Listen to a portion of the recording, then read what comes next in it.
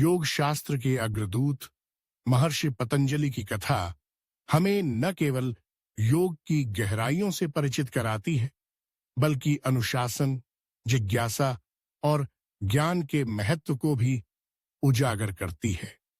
कहते हैं, जब मन आत्मा से, शरीर श्वास से और आत्मा परमात्मा से जुड़ती है, तब योग घटित होता है।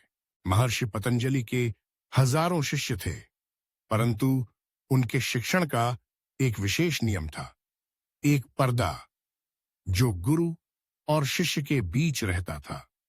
कोई भी शिष्य महर्षि को देख नहीं सकता था, केवल उनकी वाणी से ज्ञान प्राप्त करता था। यह व्यवस्था कुछ समय तक चली। शिष्य ज्ञान अर्जित करते रहे और गुरु अपनी कृपा से उन्हें ज्ञान से सिंचित करते रहे। एक दिन एक शिष्य को अचानक शौचालय जाने की आवश्यकता हुई। उसने सोचा, गुरुजी को क्या पता चलेगा, पर्दा तो है ही। वह चुपचाप बाहर चला गया।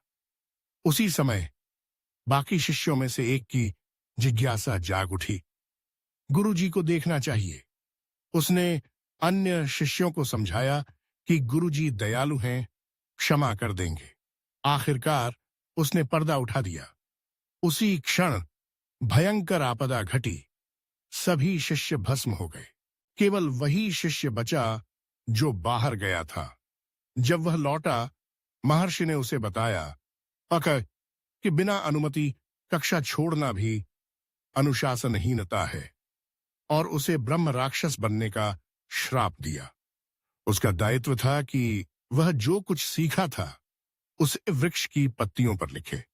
किंवदंती है, नीचे बैठी बकरी वे सारी पत्तियां खा गईं।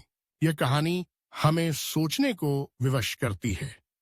अनुशासन, जिज्ञासा और गुरु शिष्य परंपरा का महत्व क्या है?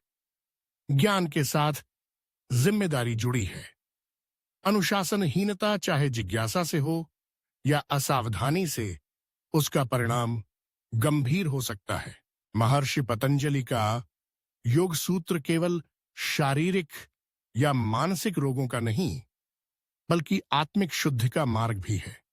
यह कथा हमें सिखाती है कि सच्चा ज्ञान पाने के लिए अनुशासन, विनम्रता और गुरु के प्रति श्रद्धा अनिवार्य है। योग केवल आसनों का अभ्यास नहीं, बल्कि जीवन को अनुशासन और संतुलन से जीने की कला है।